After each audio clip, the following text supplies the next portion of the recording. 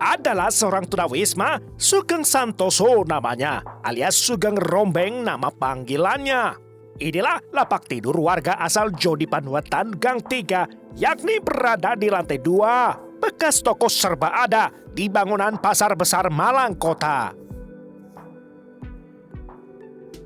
Sejak rumah orang tuanya dibeli oleh tetangga, pria berusia 49 tahun itu hidup sebatang kara, hidup menggelandang selalu berpindah-pindah.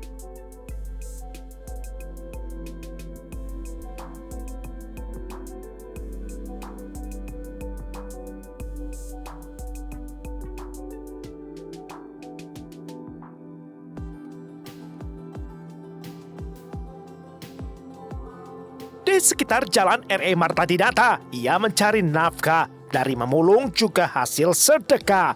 Sugeng bertahan hidup dengan segala cara, ibarat hidup di dalam rimba.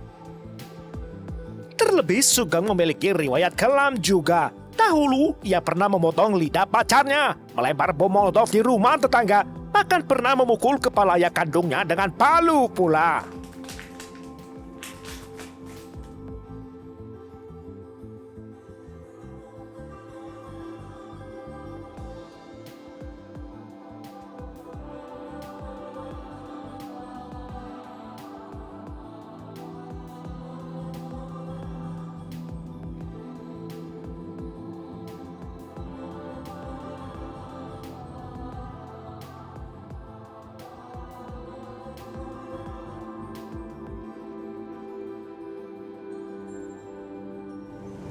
Apaan lihat?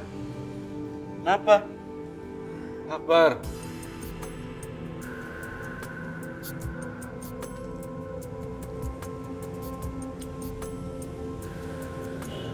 Makan? Iya.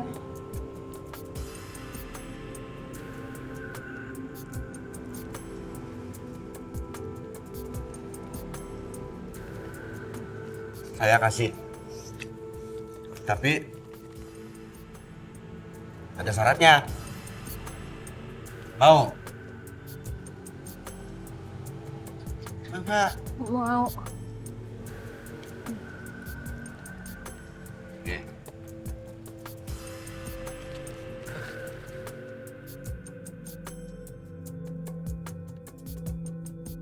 Tidak ada yang gratis jika hidup di jalanan, seperti Sugeng terhadap seorang perempuan. Ia sukarela memberikan bantuan dengan tujuan untuk mendapat imbalan.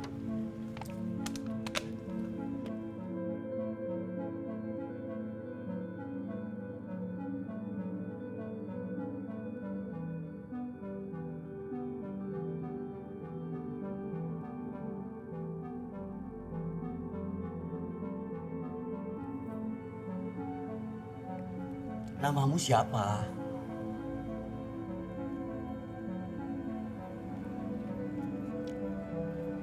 Kamu dari mana mau kemana?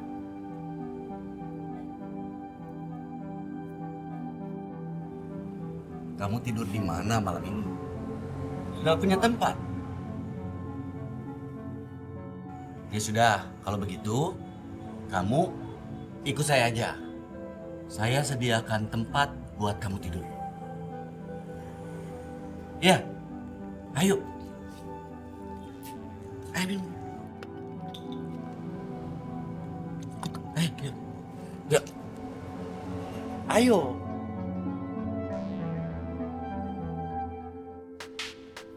Ayo. Ayo. Ayo. Ayo. Ayo, naik. Ayo, naik. Sugeng membawa si wanita tunawisma ke lapak tidurnya di lantai 2 Pasar Besar. Tak ada pilihan bagi sang wanita karena Sugeng sedikit memaksa. Ayo. Naik. Ayo.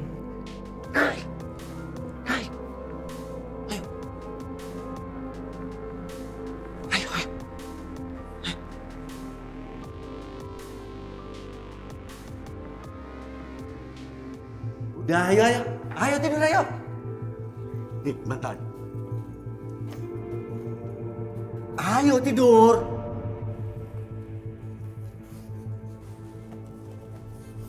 Ayo. Udah tidur sana. Ayo cepat tidur sana. Ayo tidur. Ayo.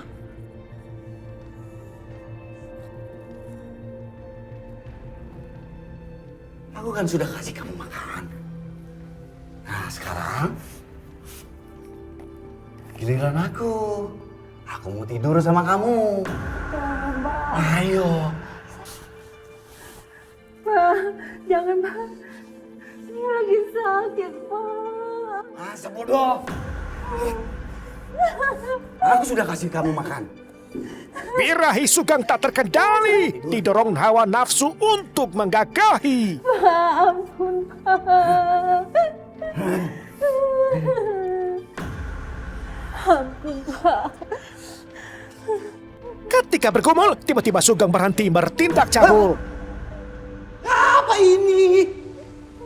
Jadi beneran kamu sakit ya? Iya Pak, saya sakit. Kalau boleh saya mau memilih, lebih baik saya mati Pak. Ya udah kamu tidur aja. Aku tinggalin kamu. Alhasil rencana Sugeng gagal sempurna, sebab sang wanita sakit keras, menstruasi pula. Sementara itu dengan rasa terpaksa, Sugeng merelakan berbagi lapak tidur dengan sang wanita. Kurang asem. Gara-gara dia, tidur saya jadi nggak enak. Sempit lagi. Bangun. Bangun. Jangan-jangan dia sudah meninggal.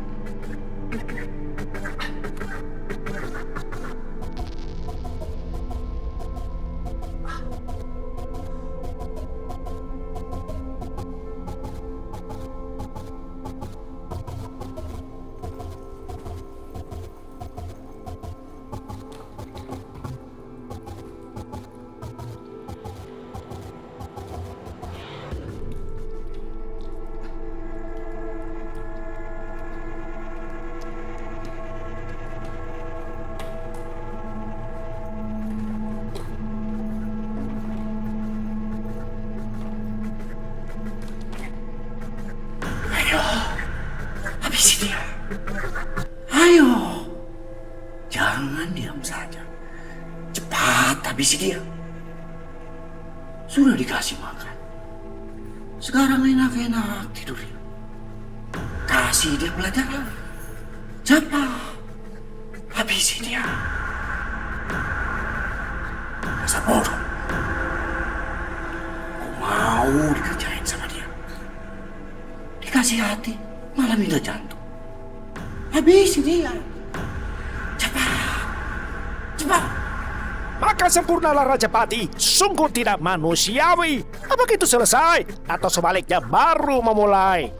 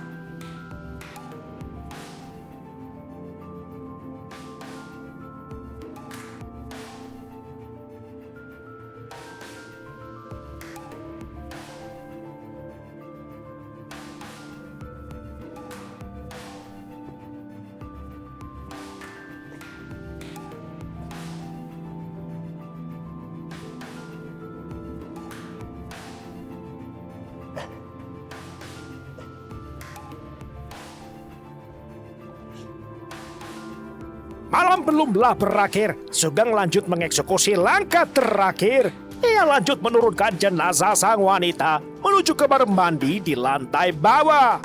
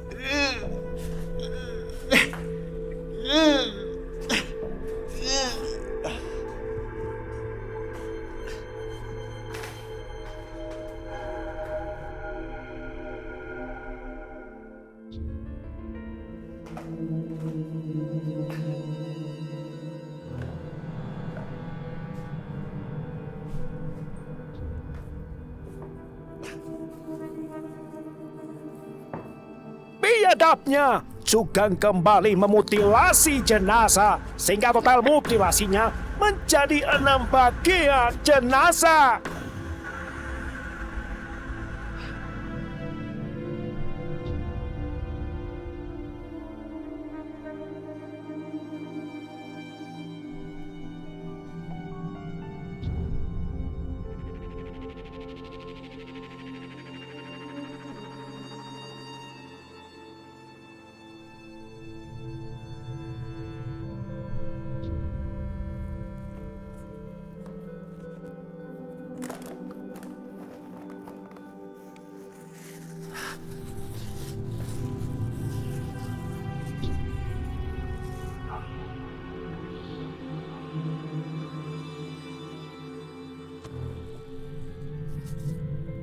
Ketika waktu terbitnya fajar mulai mendekat, Sugeng semakin terdesak.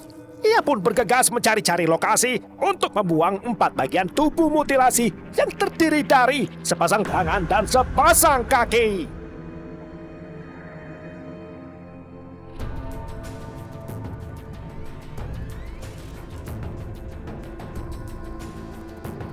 Sementara bagian kepala dan bagian badan jenazah mutilasi ditinggalkan Sugeng di kamar mandi. Menjelang pagi, Sugeng meninggalkan lokasi.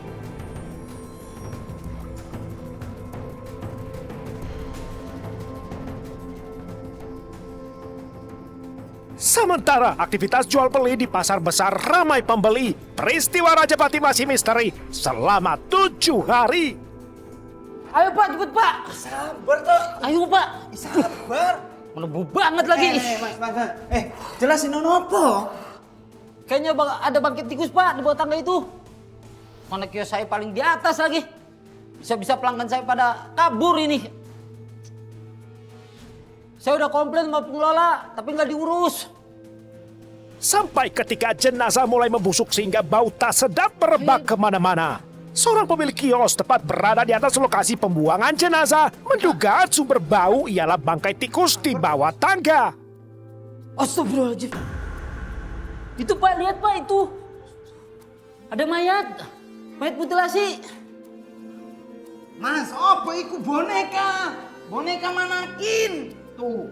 Oh. Manakin opo? Nah, iku. Itu mayat Pak. Mayat mutilasi. Astagfirullah. Lah iya iku ada lagi yo. Asuh. Telepon polisi, Mas. Iya Pak. Halo?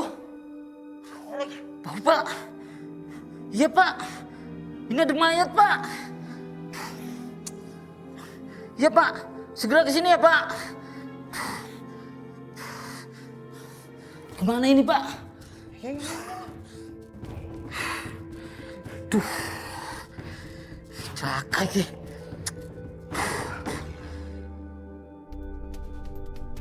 Cepatnya tersebar kabar temuan jenazah mutilasi membuat pedagang juga warga terus berdatangan menuju lokasi. Satu persatu mereka ingin melihat dengan mata kepala sendiri 2 pasang potongan tubuh korban mutilasi.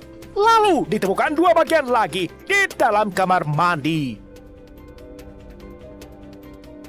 Lalu giliran polisi dan relawan PMI mengevakuasi 6 potong jenazah mutilasi dari lokasi yang kemudian akan dibawa ke RSUD Dr. Saiful Anwar untuk proses otopsi. Namun sayangnya tidak banyak petunjuk ditemukan oleh polisi sehingga identitas jenazah korban masih misteri.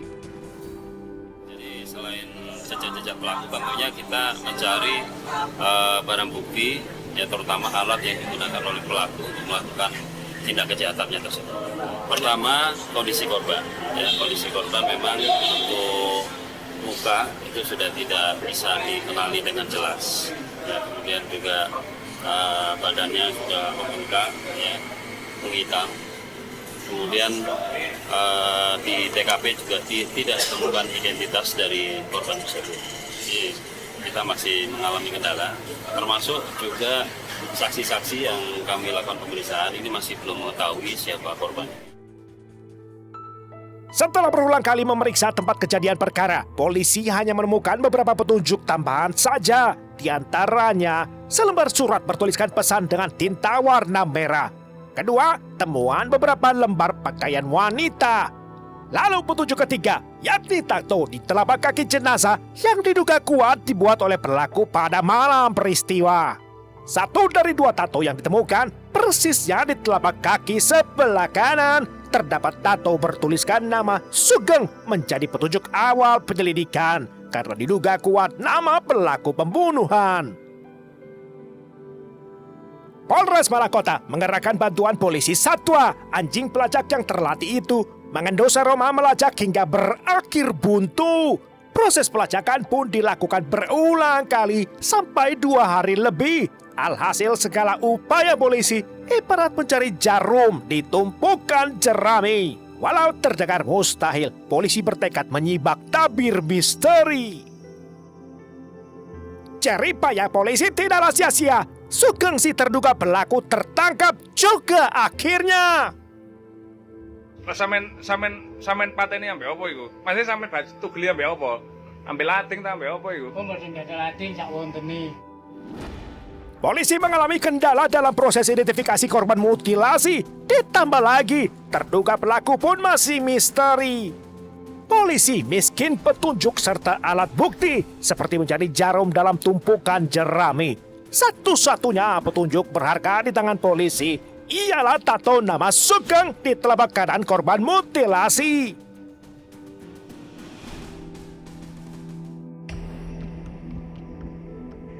Polisi tak lelah mendalami perkara, mencari celah yang mungkin terlewat begitu saja. Begitu pula keterangan warga bila mengenal Sugeng yang diduga kuat seorang tunawisma.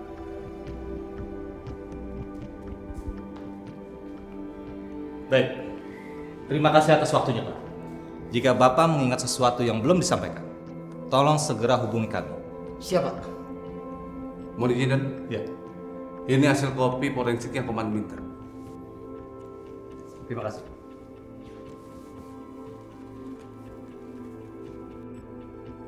Soal anjing pelacak bagaimana? Apa ada perkembangan? Kemarin radius pelacakan sudah diperluas, kan? Siap. Sudah, Dan. Satwa melacak sampai daerah Pojidan. Di sana kami menemukan rumah kos yang ternyata diisi seseorang yang bernama Sugeng.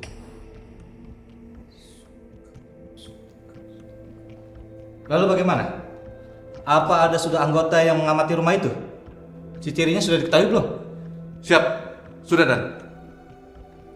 Menurut keterangan informasi RW 6, Sugeng sering berkeliaran di RR Marta Dinata. Dia tidur di emperan. Ciri-cirinya kurus, agak tua, rambutnya agak gondrong, Dan. Itu ciri yang kami dapat, Dan.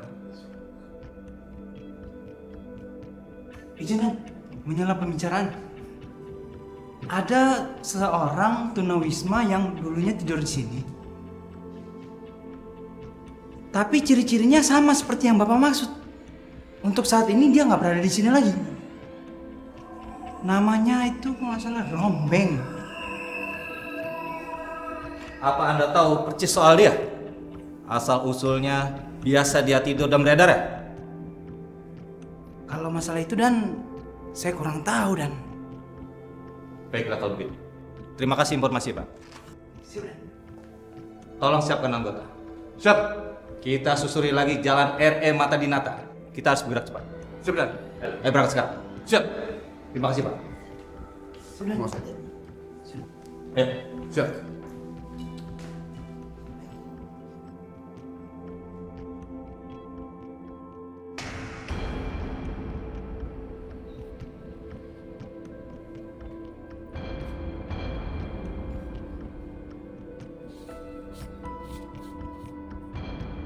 Lebih dari sepekan, Sugeng Santoso alias Rombeng bebas berkeliaran. Sugeng nyaris luput dari bidikan, bebas hidup gelandangan, bebas tidur di emperan.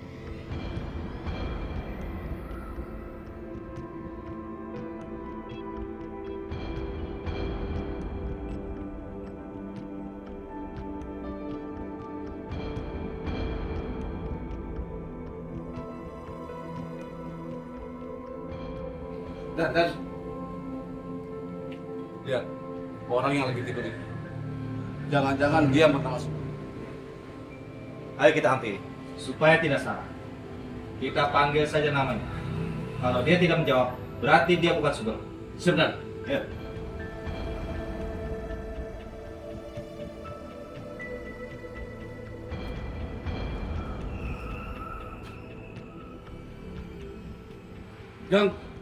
Sugeng. Sugeng.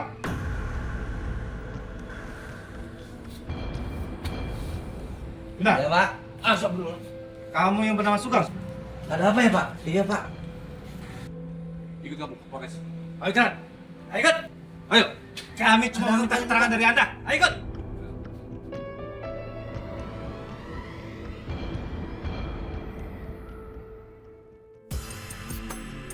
Di kantor polisi, Sugeng Santoso pun mengakui sebagai pelaku tunggal kasus mutilasi. Namun Sugeng meluruskan bahwa bukanlah dia yang membunuh korban. Ia beralasan korban sudah meninggal dunia saat ditemukan, lalu dimutilasi kemudian. Masih sampai baju tugli ambek apa? Ambil lating ta ambek apa iku? Oh, mboten gadah lating sak wontene. Lah terus nugline ki apa? Gunting. Karo apa? Gunting. Karo gunting. Kok tugli nangis apa gak rek? Mboten. Meneng ae. Nggih wong niku pun sedo, pun mati. Oh pun mati. Nggih. Terus kok tugli pisan? Nggih. Cek apa?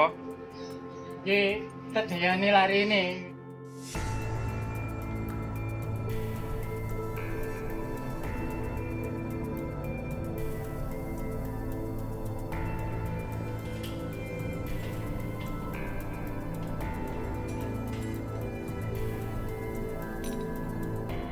Sugeng Santoso alias Rombeng pun ditetapkan sebagai tersangka dengan dijerat pasal pembunuhan berencana. Perihal identitas korban, Sugeng mengaku tidak tahu atau memang sengaja ia rahasiakan. Yang mengejutkan, hasil pemeriksaan psikiater menunjukkan bahwa Sugeng mengalami gangguan kejiwaan.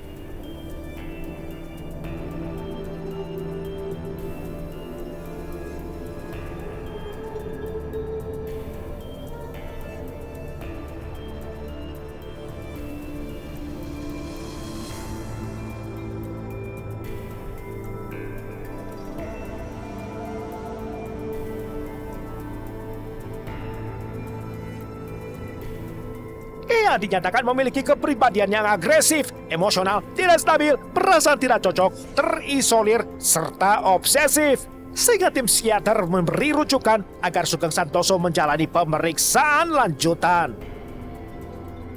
Sementara Kapolres Malang Kota menyampaikan hasil pemeriksaan lanjutan bahwa saat dilakukan wawancara pelaku masih menutup-nutupi kejadian sebenarnya. Lalu saat ia melakukan perbuatannya, pelaku dalam keadaan sadar dan normal, tidak sedang mengalami gangguan skizofrenia. Perkara pun berlanjut ke Pengadilan Negeri Malang. Pada tanggal 26 Februari 2020, Majelis Hakim Pengadilan Negeri Malang membacakan putusan dalam sidang terbuka, menyatakan terdakwa Sugeng terbukti bersalah sehingga dijatuhi hukuman pidana 20 tahun penjara. amar putusan yang lebih rendah dari tuntutan jaksa, lantas jaksa memutuskan naik banding selanjutnya. 24 April 2020, amar Pengadilan Tinggi Surabaya mengeluarkan putusan sebelumnya, yakni vonis bersalah juga hukuman 20 tahun penjara. Kedua belah pihak kembali mengajukan kasasi ke Mahkamah Agung. Hingga puncaknya, tanggal 27 Agustus 2020, amar putusan Mahkamah Agung menolak permohonan kasasi terdakwa maupun jaksa. Selanjutnya, memperbaiki putusan pengadilan sebelumnya mengenai hukuman pidana terdakwa diubah menjadi pidana mati.